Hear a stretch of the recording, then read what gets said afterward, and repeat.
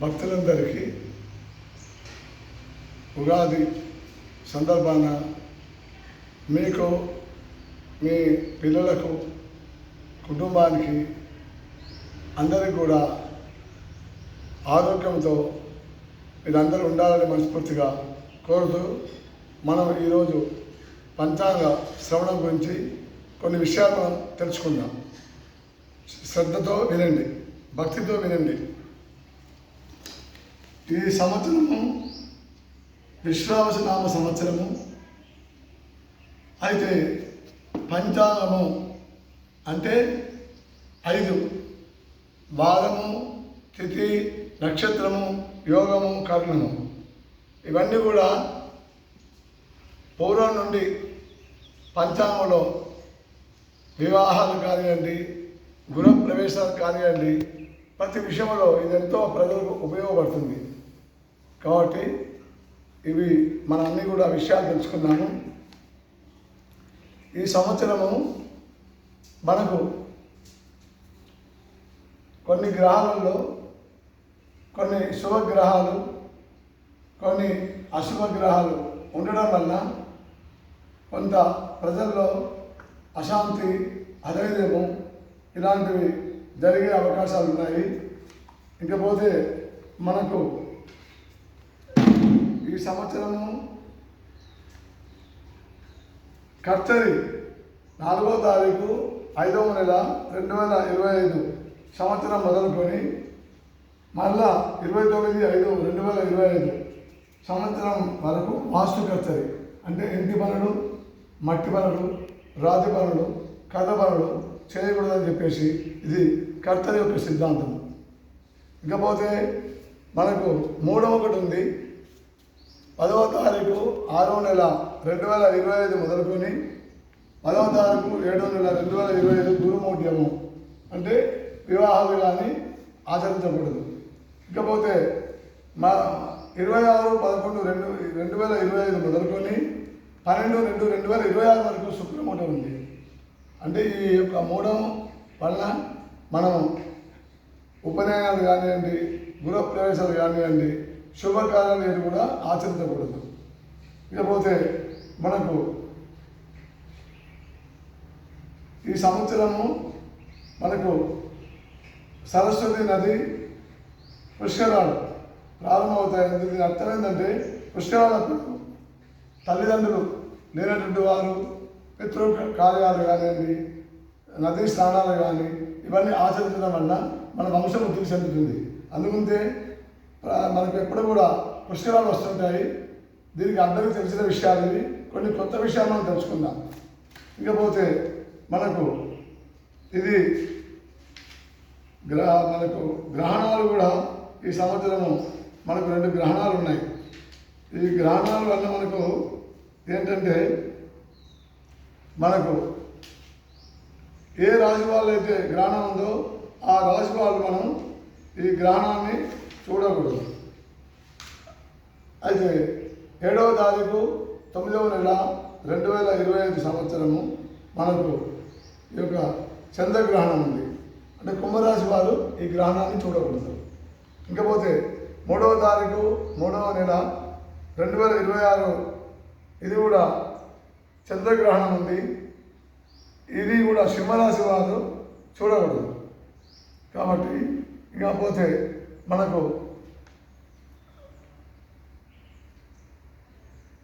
పుష్కరాల గురించి ఇంతకుముందు మనం తెలుసుకున్నాము. అది మన పుష్కరం ఎప్పుడు ప్రారంభమవుతుందంటే 14వ తారీఖు 5వ నెల 2025 మొదలుకొని మనకు 26/5/2025 సంవత్సరం వరకు కూడా ఉంటుంది. ఇవన్నీ కూడా పుష్కరాలప్పుడు ఇంతకుముందే మనం తెలుసుకున్నాము. దీన్ని మనం సాత్వికం చేసుకోవాలి. ఇకపోతే మనకు యుగాలు కృతాయుగం, త్రేతాయుగం, ద్వాపారం, కలియుగం ఇవన్నీ కూడా ఉన్నాయి చూసారా.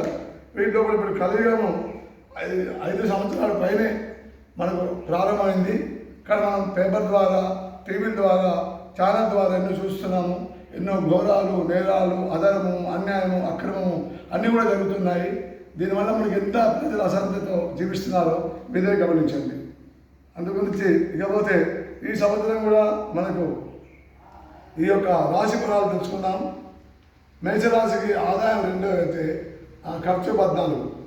అదే ప్రకారంగా 12 రాశుల వారు గమనించండి. వృషభ రాశికి 11 ఆదాయం 5 ఖర్చు, మిథున రాశి 14 ఆదాయం 2 ఖర్చు, కర్కాటక రాశి 8 ఆదాయం 2 ఖర్చు, సింహరాశి వారికి 11 ఆదాయం 11 ఖర్చు, కన్యా రాశి 14 ఆదాయం 2 ఖర్చు, తులారాశి 11 ఆదాయం 5 ఖర్చు, వృశ్చిక రాశి వారికి 2 ఆదాయం 14 ఖర్చు, ధనుర్రాశి వారికి 5 ఆదాయం 5 ఖర్చు, మకర రాశికి 7 ఆదాయం 14 ఖర్చు, కుంభరాశి వారికి 8 ఆదాయం 14 ఖర్చు, మీనరాశి వారికి 5 ఆదాయం 5 ఖర్చు. ఇది 12 రాశుల విషయాలు. ఇకపోతే పూజ్యం అవమానం 12 రాశుల వారు గమనించండి. ఎంతమందితో పూజింపబడతారు, ఎంతమందితో అవమానపడతారు అనే విషయాలు. మేషరాశి వారికి 5 పూజ్యము 7 అవమానం, అంటే ఇద్దరు వారి మాటలు వ్యతిరేకత. ఆ విధంగా మీరు గమనించండి.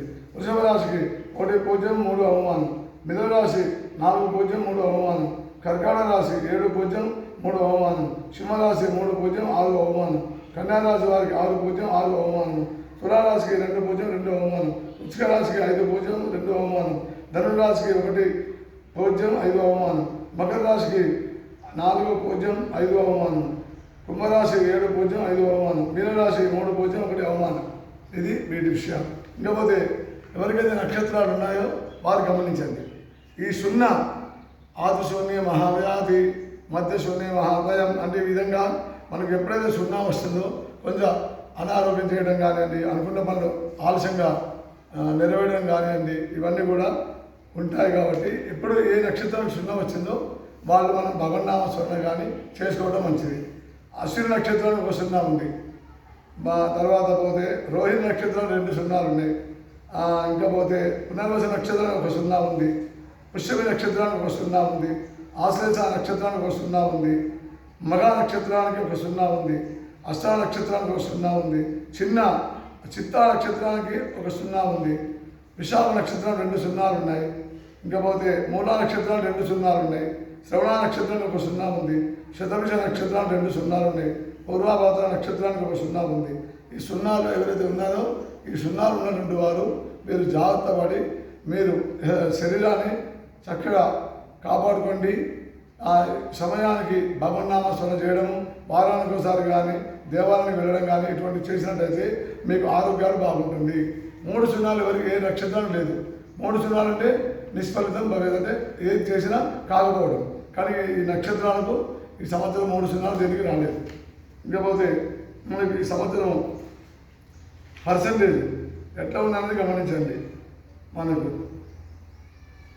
వర్షం 11%, ధాన్యం 11%, పుణ్యం 5%, పాపం 5%, ఆచారం 7%, అనాచారం 7%.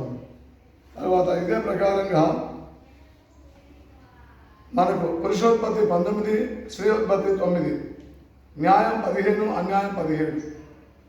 ఈ విధంగా మనకు రాను రాను మగపిల్లలకు సంతానం కానివ్వండి, వివాహం కానివ్వండి జరగడం చాలా కష్టం. ఎందుకంటే పురుషోత్పత్తి 19 ఉంది, స్త్రీయోత్పత్తి 9. అంటే ఎవరు కూడా ఆడవారు కావద్దు అనేటువంటిది మనం చూస్తున్నాం. దీనివల్ల ఏమైంది, ఈ యొక్క పురుషుల సంఖ్య పెరుగుతుంది, ఆడవారి సంఖ్య తగ్గుతుంది. దీనివల్ల వివాహాన్ని కానివ్వండి ఇవి అన్నిటి కూడా ఇబ్బంది మగపిల్లలకు. కాబట్టి మన ఆడవాళ్ళే ఇంటి మంగళప్రదం. ఆడవాళ్ళు లేని మగవాళ్ళు లేదు, మగవాళ్ళు లేని ఆడవాళ్ళు లేదు, 2.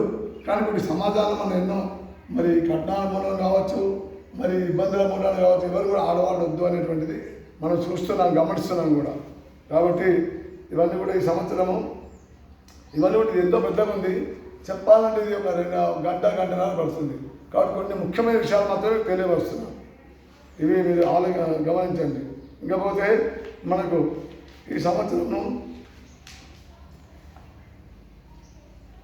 ఇది వాహనం, వరాహ అంటే పంది వాహనం. దీనివల్ల మనకేంటంటే అతను సంక్రాంతి పురుషుడు మనకు వస్త్రాలు ధరించి, కుంకుమ ధరించి, ఒక పుష్ప దాన ధరించి, రాగి పాత్రలో భోజనం పెట్టుకొని ఆయన దిక్కు వెళ్తున్నాడు. దీనివల్ల మిశ్రమం అంటే మంచి చెడు, కొంతవరకు మంచి ఉంది, కొంతవరకు చెడు ఉంది. ఇవన్నీ కూడా మనము ఇది కొంత రాజులకు కూడా ఇబ్బందికరం ఉంది. తర్వాత కుంభ స్నానం వల్ల ఆ సంక్రాంతి పురుషుడు వీటి వల్ల శుభం జరుగుతుంది. కాబట్టి వీరికి కొంచెం ఈ సంవత్సరము దేశంలో కొంత రాజకీయాల్లో కొంచెం మార్పు వచ్చే అవకాశాలు ఉన్నాయి. ఎందుకంటే మనం చూస్తున్నాము ఎన్నో రాజకీయాల విషయాలు వాళ్ళందరూ కూడా మరి ఎంతోమంది భగవంతుని అనుగ్రహం ఉంటేనే ఆ యోగం కలుగుతుంది. ఆ యోగాన్ని వాళ్ళు సద్వినియోగం చేసుకున్నట్టయితే ప్రజల్లో మంచి పేరు వాళ్ళకు లభిస్తుంది. ఇంకపోతే మనము గ్రాచారం విషయం తెలుసుకుందాం. గ్రాచారం అనేది మనం బతికినంత కాలం కూడా మనం గ్రాచారం మనం పట్టుకొని ఉంటుంది. చుక్కమందం 25% మన జీవిత కాలం ఏదో గురువు మంచిగా ఉంటే శని మంచిగా ఉండదు, శని మంచిగా ఉంటే గురువు మంచిగా ఉండదు. అది గమనించండి. మీరు ఎక్కడికే వెళ్ళండి, గురువు బాగుందని చెప్తారు, లేదా శని బాగుందని చెప్తారు, ఇది బాగుండేదని, అది కామన్. దానికి మనం నివారణ చేయాలి.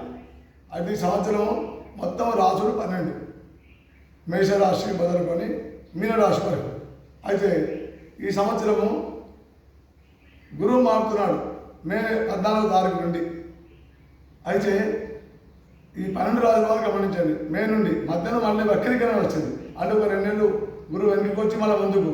కానీ ముఖ్యం మొదలు ఏదైతే ఉందో అదే ఎక్కువ శాతం మనకు ఫలితాన్ని ఇస్తుంది. వృషభ రాశికి మే నుండి బాగుంది, వృషభ రాశికి మే నుండి బాగుంది. సింహరాశికి మే నుండి గురువు బాగున్నాడు, సింహరాశి వారికి గురువు బాగున్నాడు.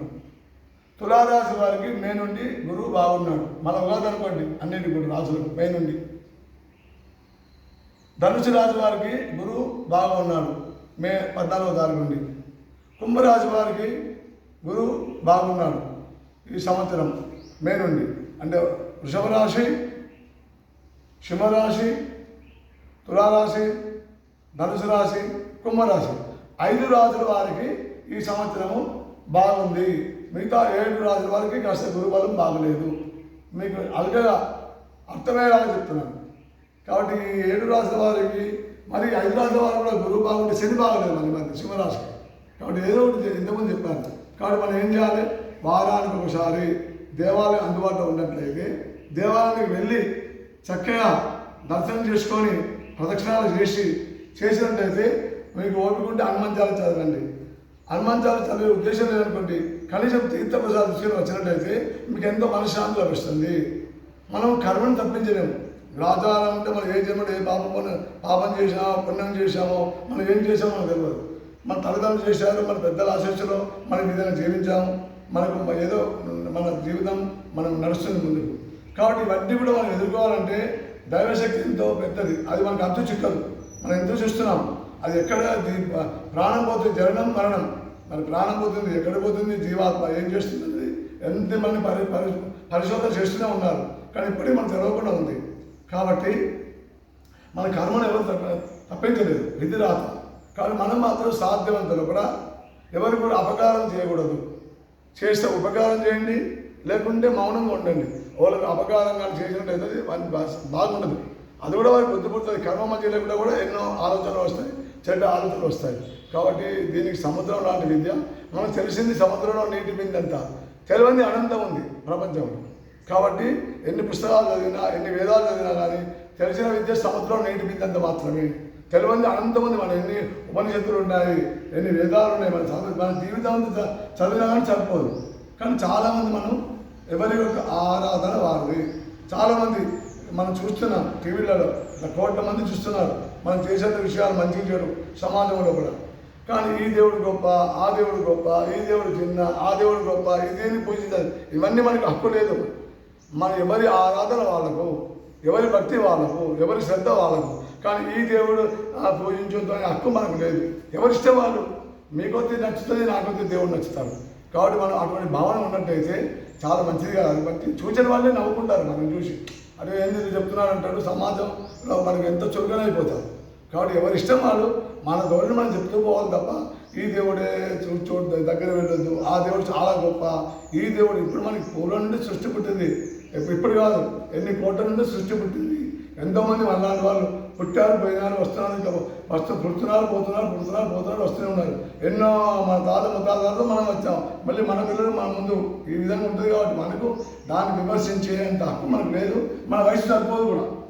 కాబట్టి ఇవన్నీ కూడా ఎంతో గొప్ప విషయాలు మనం తెలుసుకోవాలంటే దీని గురించి చాలా సమయం తీసుకుంటుంది. కానీ ఈరోజు మనం ప్రయాణం చేస్తున్నాం, ఎంతో బిజీ ఉంటుంది, ఉద్యోగాలు ఉంటుంది, పిల్లలు ఉంటారు, కష్టాలు ఉంటాయి, బాధలు ఉంటాయి. ఇవన్నీ కూడా ధైర్యే సాహస లక్ష్మి. ధైర్యాన్ని మనం పెంచుకోవాలి, అధైర్యం పడకూడదు. అధైర్యం వల్ల మనకు అనారోగ్యాలు వస్తుంది, ఆందోళన చెందవద్దు. మనకు రోగాలు వచ్చిన అయ్యో నాకేం అయిపోయింది. భగవంతుడి దయ సమయాన్ని మనం భగవంతుడిని నమస్కరించడము, సమయానికి భోజనం చేయడము, మన పని మనం చేసుకోవడం, ఇదే మనం చేయాలి. తర్వాత జననం వరం అనేది భగవంతుడి చేసేటువంటి వరం, మన చేతిలో ఏమీ లేదు. మనం బ్రతకాలంటే బ్రతకము, వెళ్ళాలంటే వెళ్ళము, చనిపోవాలంటే పోలేము. మరణం అంటే ఏంది? మహానుభావుడు ఆది శంకరాచార్య వారు చెప్పారు, మరణం అంటే ఏంది? కీర్తి అపకీర్తి. మనం అంటే ఏది రాదు, ఈ బంగారం రాదు, వెండి రాదు, సొమ్ము రాదు, పెళ్లికి రాదు. ఒకటి మంచి చెడు, పలానా వారు మంచివారు, మన చెడు వారు జనం వాడుకుంటారు.